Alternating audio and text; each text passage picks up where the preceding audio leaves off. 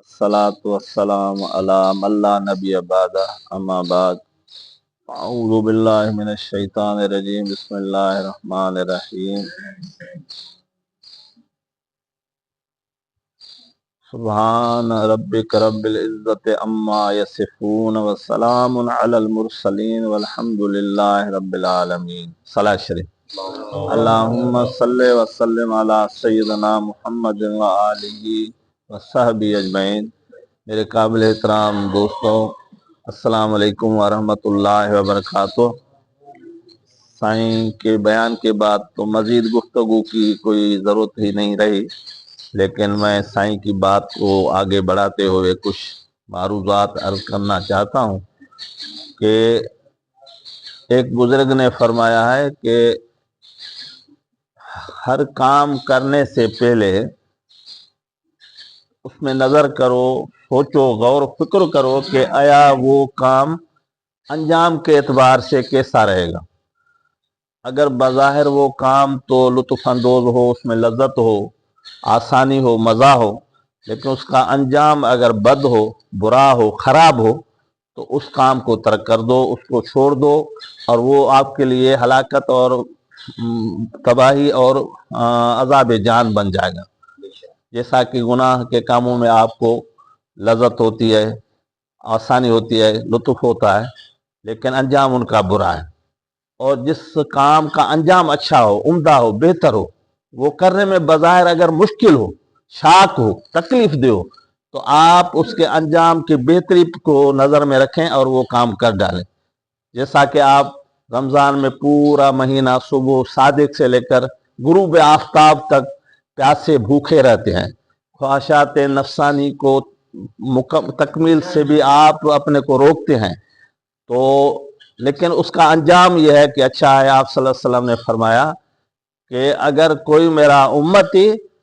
بغیر شرعی عذر کے ایک روزہ ترک کر دے اور اس کے گناہ کو ختم کرنے کے لیے، گناہ کے ازالے کے لیے، اور اس پہ جو اس کو ثواب ملنا تھا اس روزے پہ، اس ثواب کو حاصل کرنے کے لیے پوری زندگی اگر نفلی روزے رکھے تو وہ روزے اس ایک فرضی روزے کے ضائع کرنے کے گناہ کو نہیں مٹا سکتے، اور اس ایک فرضی روزے پر اس کو جو اجر و ثواب ملنا تھا اللہ تعالیٰ کی جانب سے، وہ پوری زندگی کے نفلی روزے اس ثواب کو نہیں پا سکتے۔ تو اس لیے آپ اور ہم ہر کام کرنے سے پہلے اس کام کے انجام کو دیکھیں۔ اگر انجام اچھا ہے وہ کر ڈالیں، اگر انجام برا ہے تو اس کو ہم ترک کر دیں، چھوڑ دیں۔ آپ صلی اللہ علیہ وسلم نے فرمایا کہ روزے دار کے منہ کی جو بو ہے، بھوک کی وجہ سے، پیاس کی وجہ سے جو پیدا ہوتی ہے، وہ اللہ تعالیٰ کو عطر انبیر سے زیادہ پسندیدہ ہے، وہ اللہ تعالیٰ کے یہاں مشک سے زیادہ پیاری ہے۔ روزے دار کی خاموشی یہ تسبیح اور ذکر ہے، گویا کہ وہ ذکر کر رہا ہے، تسبیح پڑھ رہا ہے، صرف وہ خاموش رہے، لا یعنی اور بے فائدہ گفتگو نہ کرے، زبان کو قابو میں رکھے، کنٹرول میں رکھے، خاموش رہے، یہ بھی اس کی تسبیح اور ذکر اور تلاوت قرآن کے معنی ہے۔ اور روزے دار کی نیند عبادت ہے۔ روزے دار جب نیند کرتا ہے، آرام کرتا ہے، تو اس کی نیند بھی عبادت ہے۔ روزے دار نفل پڑھے تو فرض کے برابر ثواب، فرض پڑھے تو 70 فرضوں کے برابر ثواب۔ روزے دار کی دعا رد نہیں ہوتی، جو دعا کر لیتا ہے اللہ قبول کرتا ہے۔ بڑی مزے کی بات یہ کہ آپ صلی اللہ علیہ وسلم نے فرمایا روزے کی تیاری میں جب میرا امت سحری کرتا ہے تو اللہ کے فرشتے اس سحری کرنے والے پہ رحمتیں برساتے ہیں۔ اور آپ صلی اللہ علیہ وسلم نے فرمایا جب افطاری کا ٹائم قریب ہوتا ہے تو اس ٹائم پہ جو دعا مانگ لے اللہ اس کی دعا کو قبولیت کا شرف عطا فرماتا ہے۔